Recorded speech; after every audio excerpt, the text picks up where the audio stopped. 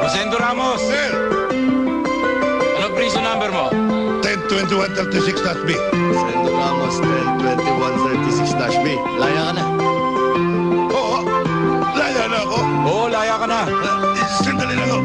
Ayusin ko lang ako ang gamit ko. Sige, bilisan mo.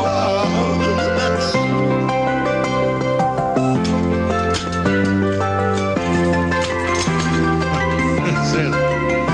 Sir. Ramos, dito muna. Sir. Sir.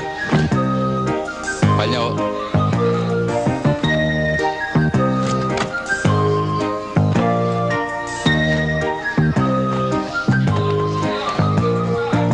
Ano, Sendong? Siguro natuto ka na, no?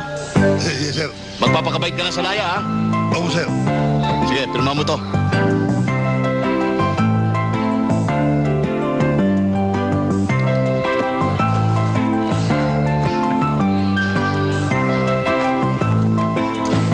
Oh, Sir. Salamat, sir. Sige po. Sige. Pakabait ka. Ah, Sendong, sir. ballpen ko. Ah, ito. Alam ko ba nagbago ka na? Nalimutan lang sandali. Sige.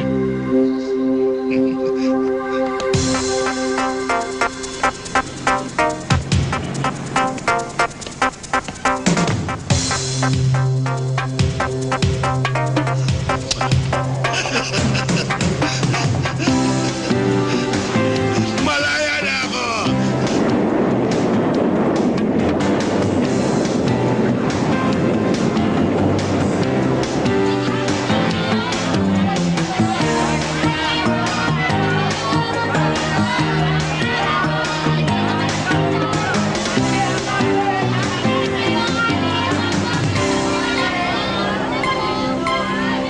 Palimos po.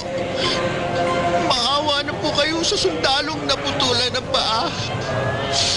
Dahil sa pagtatanggol sa ating bayan. Have mercy on me, brothers and sisters. Mga kapatid! Limusan po natin ang kaawa-awa nating kapatid na naputulan ng paa dahil sa pagtatanggol sa ating karapatan laban sa babang api, babang kimbot, mandaraya, at manluloko. Sige po, lagay lang po ng lagay. Limusan po natin mga kapatid ang kawawa nating kapatid. Brothers and sisters, give me your donations. Even whatever you can afford. At para naman po malubos ang inyong tuwa at madagdagan naman po ang inyong libos, ay hahandugan kayo ng isang awitin ng ating isang kapatid na bulag na galing sa baliwag na punong-puno ng libag. Siya po ay si Stevie Bulag alias Stevie Blunder. Kapatid na bulag, hiritin mo na. Nakakulong pa baka babo dyan. Sa bawat yugto ng buhay ay may mahirap at mayaman. At sa bawat nilalang ay may bulag, may pilay at biik. It's been so long. Palimos nga po kami bigyan pambili ng talong para isasawsaw namin sa bagong Palimos po.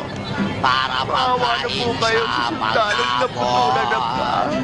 Pisting Dahil dawa, sa pagtatanggol sa dahil ating hirap pala ng buhay sa Maynila. Pag ikaw ay sinilang na isang Tony, duka, panatan mo na. ang kakainin mo ay Sandali. inihaw na isda, inihaw na talong. Para yun ang ama ko. Uy, Po, thank maawa na you, po kayo sa thank sundalong you, naputulan ng thank you paa. very much, thank you. At konting pagtingin, kung ang gagaling sa inyo, Ito naman sa ay kabila. labis ko ng ligaya, dahil ko konti ang tingin ko. Kahit konting pagtingin, kung ang gagaling sa Have inyo, mercy on me. sana ay Give pity limusan on me. kahit To the konti. soul soldier. Maawa na kayo sa pilay na ang ako'y bulag-lag-lag-lag-lag at ting-ting-ting bulag-lag-lag. Maawa, wa, wa, wa, wa, wa. Ayos ba? Ayos! Ano ang ganda ng wallet nyo? May early warning device! Huli ka! Oy! Oy! Nakitali! Huwag mo na! Harangin niya! Harangin niya! Opo! Harangin! Hulihin niya! Hulihin niya! Harang! Harang niyo! Harang! Takbo mga pilay! Atingin mga bulag sa kuberto pulis na!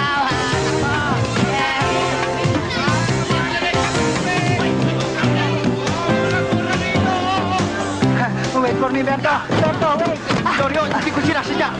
Stevie! Dito! Dali!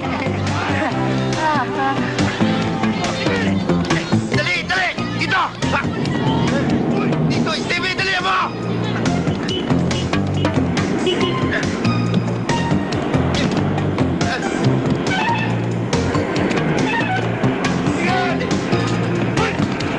Bilis! Takbo!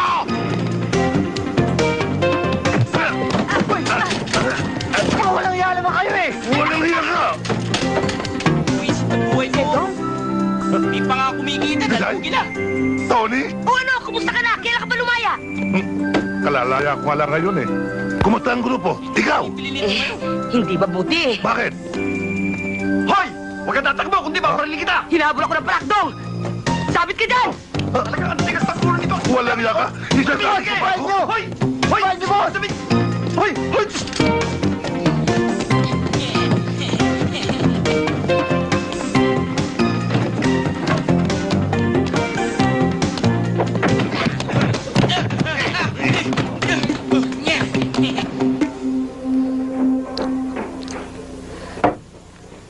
No, sino naman ba yung utaw na gusto mong makita at makausap, Dong?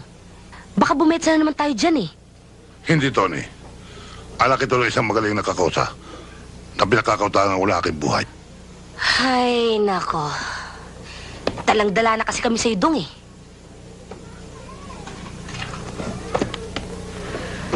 Puro na lang kapamakan ng dala mo sa grupo. Talaga! Tony! Ano pa ginagawa ng bugok natin dito?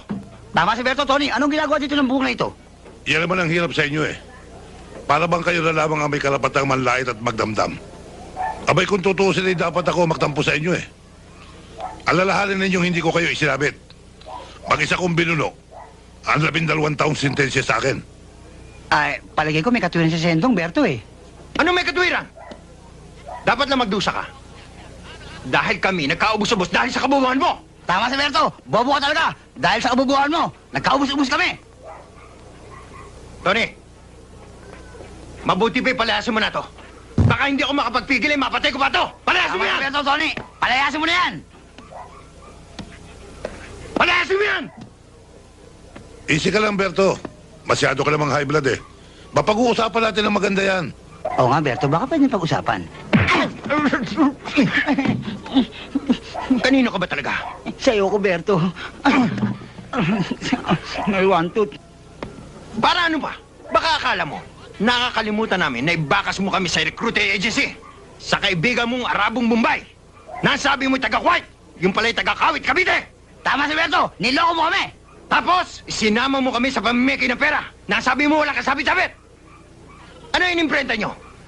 100 ang harapan, 50 ang likuran. Tama si Berto. Tapos ang nasa picture, si Makapagal. Sa'yo ko, Berto. Kaya, Tony, mabuti pa ipalayasin mo na yan. Papatayin ko yan! Ito ang puso mo. Tama na nga yung pagtatalo nyo. Uupakan ko kayo isa-isa eh. Ang dapat natin ngayon isipin, kung paano tayo magkakakwarta. Tony! Palayasin mo yan! Berto? Tony! Palayasin mo yan! Berto? Hindi ako makakapayag mabalik sa grupo natin yan! Palayasin mo yan eh!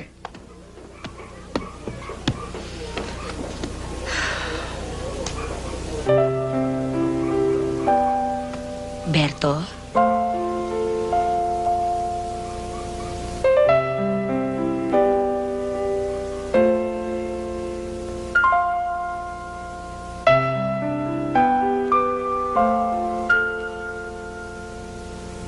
Ang dapat siguro, pumalayas na tayong lahat.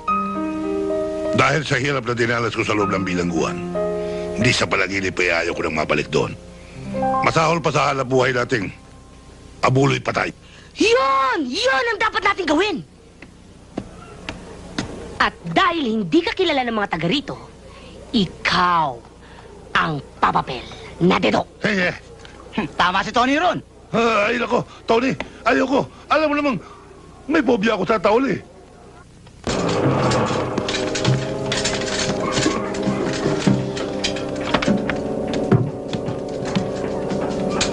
Hoy, bakit pati yung tangki na setilin eh inarkila mo? Eh, oxygen lang kailangan natin ah. Oo nga, in-explain ko nga sa may-ari kaso hindi naman pwedeng paghiwalayan yan eh. Kaya ang ginawa ko, ilang kilo ko na pareho. Kung gusto mo, isusoli ko eh. Eh, wag na. Talaga naman magkasama yan eh. Sinusubok lang kita eh.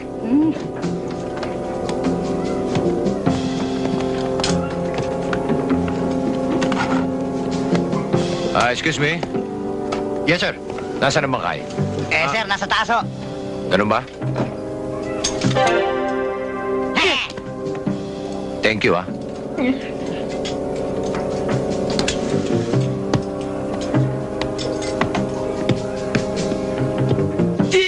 Dindog! Sino yun? Ewan ko, baka yun ang may-ari ng punerarya. O baka producer ng patay. Good afternoon. Good afternoon, Dino. Sino ba sila? Ako si Enteng. Enteng. Enteng Embalsamador. Huh?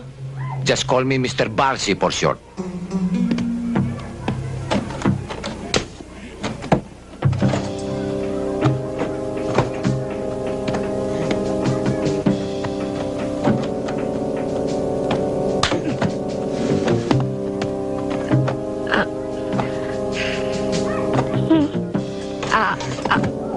Mr. Balsi? Yes? Baka ho pwedeng huwag niyo na imbalsamin yung pinsang ko. Hindi pwede. Kailangan imbalsamahin yan. Mr. Embalsamador, yun ho ang mahigpit na kabilin-bilinan ng pinsan ko bago siya madedo. Hindi niyo ho na itatanong, against sa relihiyon nila yun eh. Against din sa rules and regulation namin ang hindi imbalsamahin ng patay. Kaya I'm sorry, kailangan imbalsamahin. Please naman po. Inuulit ko. I am sorry. Kailangang imbalsamahin ang patay. Tony, eh kung kailangan naman imbalsa mo yung si Sendong eh, di pa-imbalsa mo muna. Tama si Berto, Tony. Patira mo na yan. Ano yun? Ikaw ba yun? Huwag niyo ho silang pansinin. Nagbibiro lang ho sila. Ako hong pakinggan niyo.